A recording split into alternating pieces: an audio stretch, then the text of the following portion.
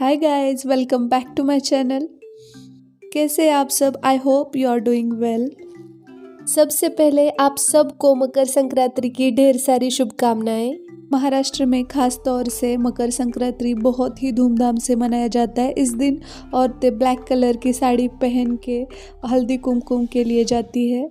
वैसे देखा जाए तो 14 जनवरी को मकर संक्रांति का त्यौहार होता है, लेकिन महाराष्ट्र में 14 जनवरी से लेकर रथ सप्तमी तक औरतें एक दूसरे के घर हल्दी कुमकुम के प्रोग्राम के लिए जाती रहती है।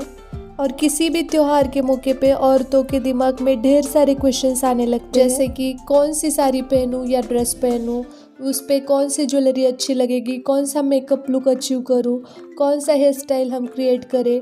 ऐसे बहुत सारे क्वेश्चंस हमें आने लगते हैं। बहुत ही आसान तरीके से ये लुक मैंने अचीव किया है, बहुत ही कम प्रोडक्ट्स के साथ। तो विदाउट वेस्टिंग टाइम चलिए शुरू करते हैं आज का वीडियो। Let's get started. सबसे पहले मैंने लिया है हेयर बेल्ट, ये लगा के हम मेकअप करेंगे। अब मैंने यूज़ किया है प्राइमर के लिए ब्लू हेवन का perfect makeup base studio perfection primer. मेरी स्किन ऑयली है और ये प्राइमर ऑयल फ्री और नॉन ग्रीसी है, इसलिए मैंने ये लिया।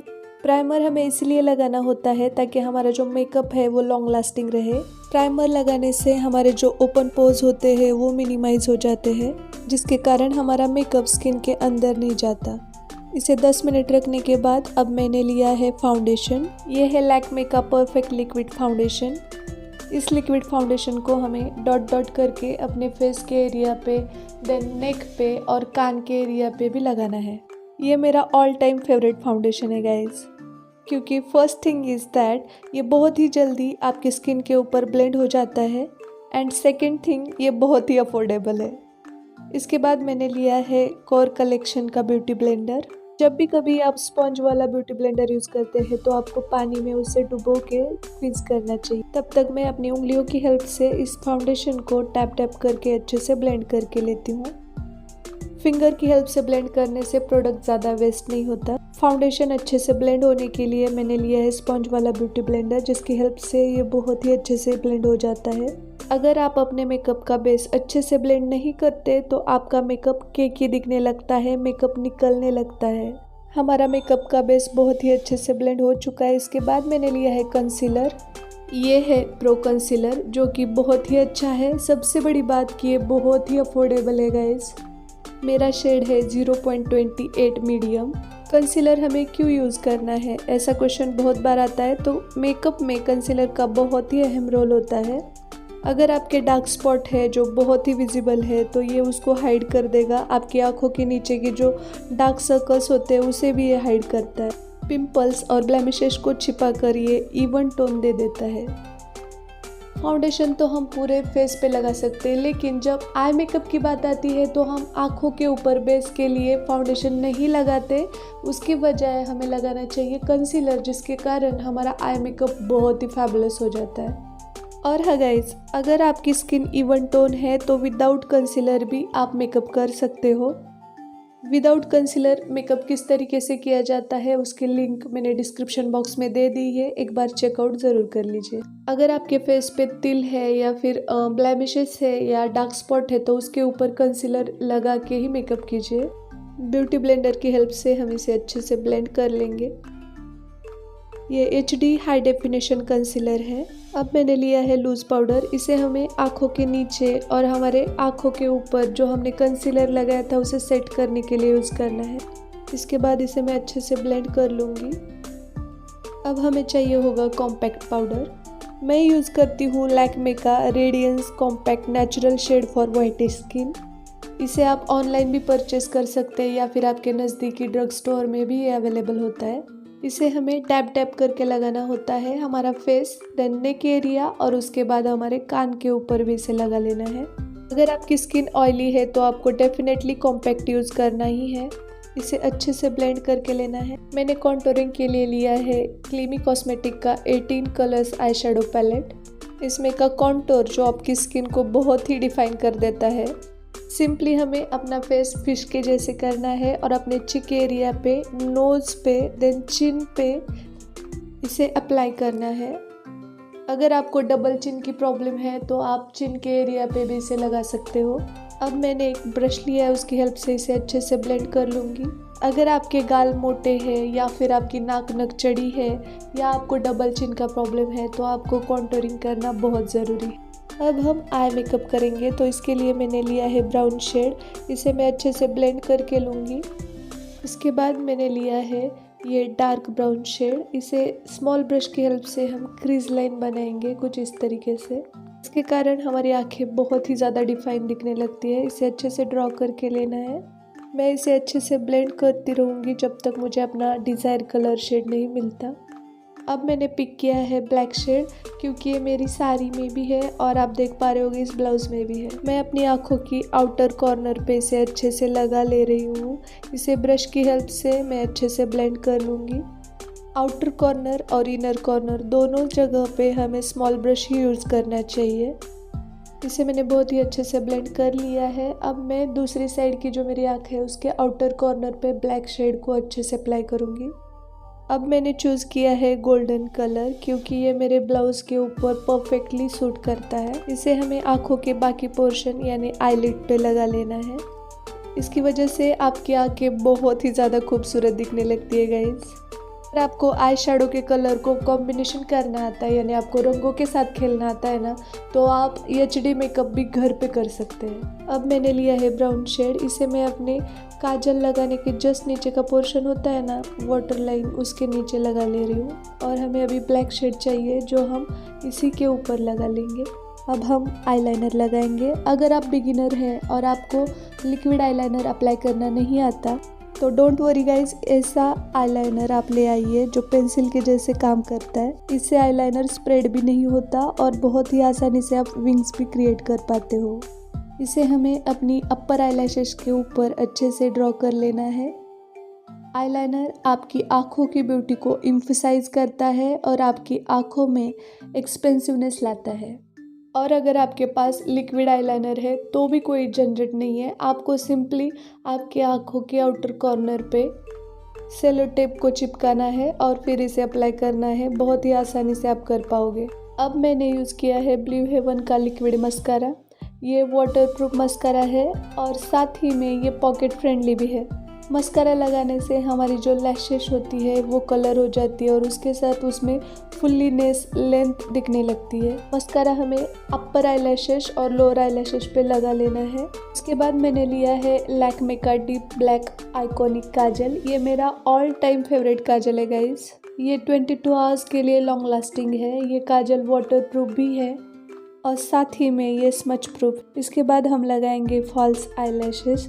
इसे यूज़ करना बहुत ही आसान है।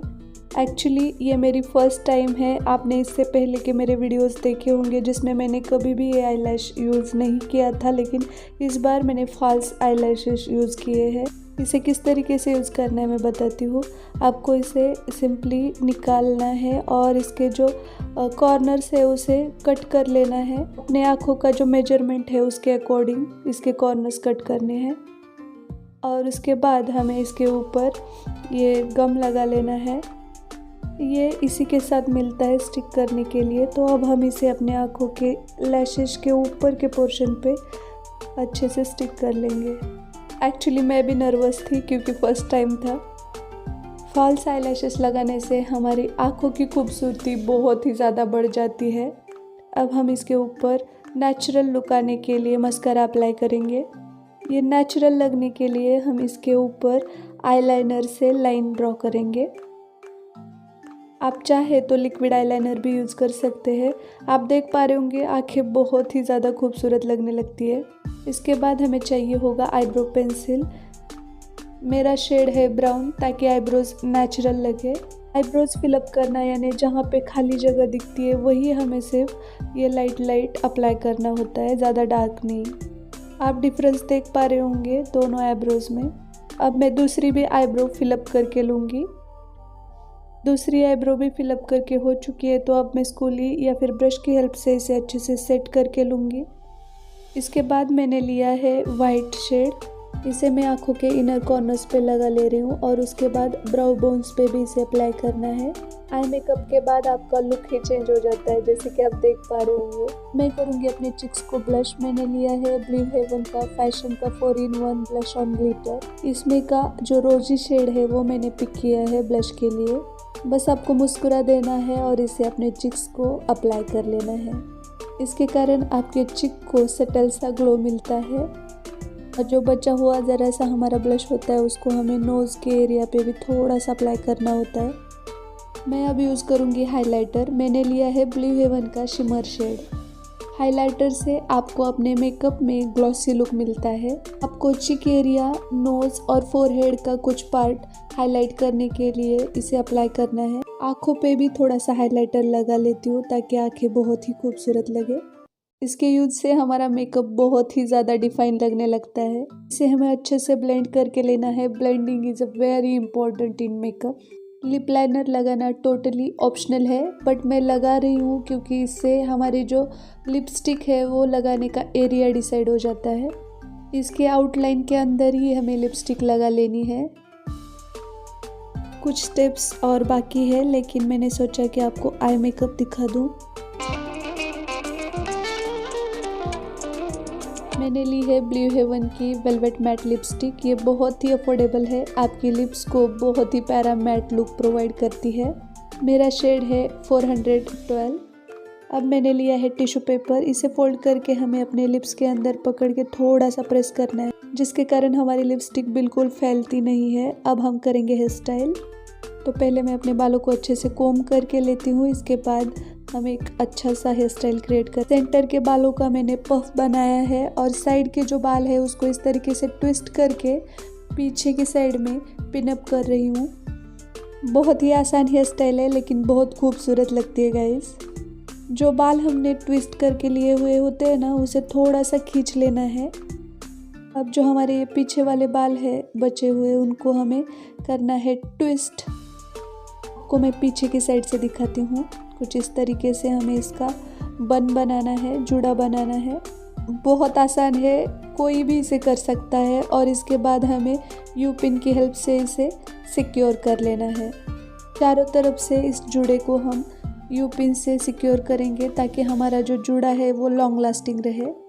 अब मेरा जुड़ा हो चुका है और इसके ऊपर अब मैं लगाऊंगी आर्टिफिशियल गजरा। आपके पास ओरिजिनल है तो बहुत ही अच्छी बात है फ्रेंड्स। मैंने गोल्डन कलर की इयररिंग्स चूज़ की है क्योंकि मेरे साड़ी पे ये बहुत अच्छे से जाएगी। आप अपने पसंद के अकॉर्डिंग आपके ड्रेस या साड़ी पे जो सूटेबल है वो वाली इयररिंग्स पहन सकते हैं।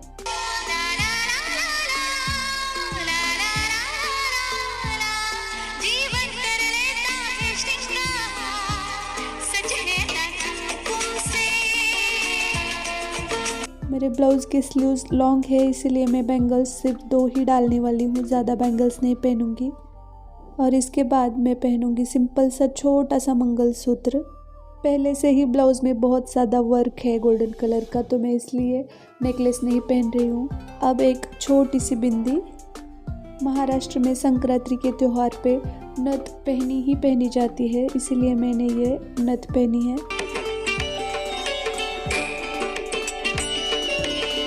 मकर संक्रांति के त्यौहार पे ब्लैक कलर यानी काले रंग का विशेष महत्व है। आध्यात्मिक तरीके से तो इसका महत्व है, लेकिन साइंटिफिकल तरीके से इसे देख ले तो इस सीज़न में मकर संक्रांति के त्यौहार पे बहुत ज़्यादा ठंड होती है और काला रंग गर्मी को एब्जॉर्ब कर लेता है, जिसके कारण हमारी जो ठंड है वो कम हो जाती है। और 14 जनवरी बहुत ही ठंडा दिन होता है, इसीलिए इस दिन हमें ब्लैक कलर के कपड़े ज़रूर पहनने चाहिए। हमारे खाने में भी हमें तिल और गुड़ का सेवन करना चाहिए, जिसके कारण हमारे शरीर के अंदर गर्मी पैदा होती है और हमारा ठंड से बचाव हो जाता है। इंटरनली और एक्सटर्नली दोनों तरीके से हमें ठंड से कैसे बचना है वो ये त्यौहार हमें सिखाता है। और स्पेशली लॉन्ग स्लीव्स के ब्लाउज इस सीज़न में पहनेंगे तो ठंड कम लगती है।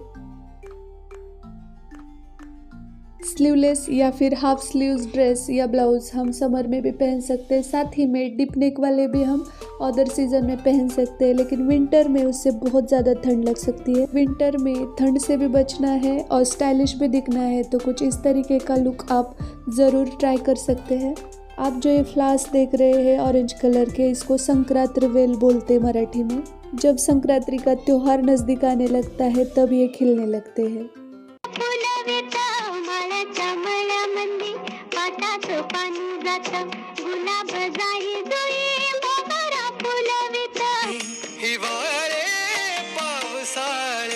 सोबत हात कायमचा तुझा धरणार आहे। जन्म बाईचा खूप घाईचा, एक आईचा एक टाईचा। रंगाची मोतिया अंगाची केवड्या गंधाची बहरले हो तुझा जीव माझा गुंतनाग। उषा खाली तो तुझा चांद रातीला तुझा। सांग जरा असे कसे लपायचे हे जातोय रात जात कलावूनी बघतोया आईना। चंद्र तारी फुलांचे पसारे जिथे मी रुसावे तिथे तू राधा है।